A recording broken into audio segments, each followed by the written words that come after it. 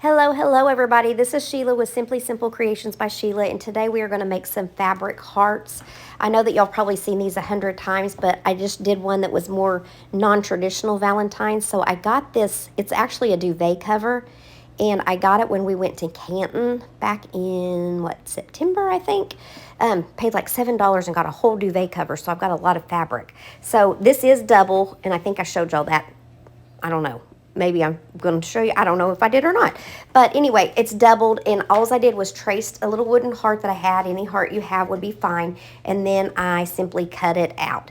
And like I said, I did it together, so that way I only had to make one cut instead of two cuts, and I'm just trimming it up.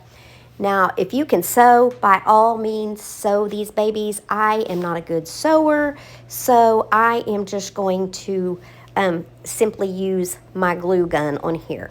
Now, I did keep this in regular time, I guess is what you could say. I didn't speed it up because this is literally how long it did. I did speed up the cutting process, but I didn't speed this part up. But what you're going to do is get as close to the edge as you can. If you want to have a little seam where you can like fray the edges a little bit, you can. This material itself doesn't fray very well, but if you did this with like drop cloth or a flour sack cloth or burlap, you can fray the edges a lot easier. This one will fray just a little bit, but it wouldn't fray much, so I kind of just left it alone. So I'm just going through and making sure that I don't have any holes, because we are going to fill it with polyfill, and I don't want it to come out. But just take your time on this, and that's another reason why I kind of showed you.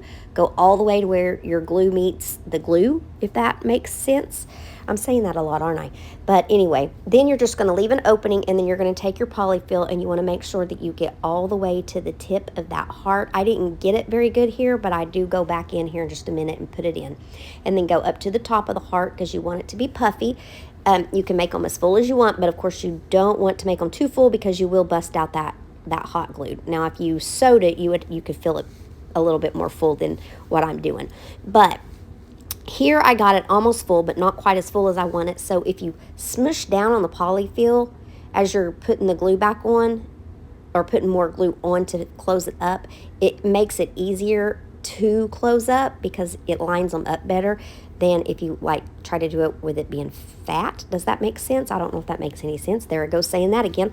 But anyway, then here's where I'm tucking it down in that point. I didn't have it good in the point, so I put some more down there.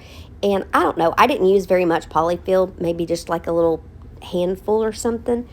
But that was all that I did there. And then once I got all of my polyfill in, I just did the same little smush thing again. I smushed the heart down with my hand and you can see me smushing it down there. And then I put more glue on and just made sure that it was good and closed up. Made sure I didn't have any holes in it. Do be careful, because the glue does seep out and you will burn yourself, so be very careful doing that. But there it is, all put together. And then we're going to make a little tag for it. I was trying to decide which side I wanted to use. I wanted the side with the more print. I put a tag on before I showed you how I made it. So here in just a second, I'm going to show you how I made that tag. I didn't even realize that I did that, y'all. That's funny.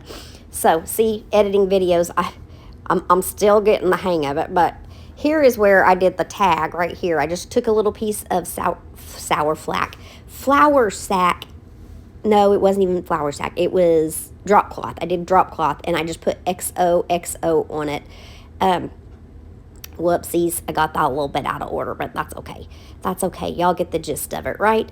So, and then I just glued it on there. So y'all already saw that part. But anyway, here it is on my table, on my little plates, my place settings. I can make 4 of them and put them on my place settings.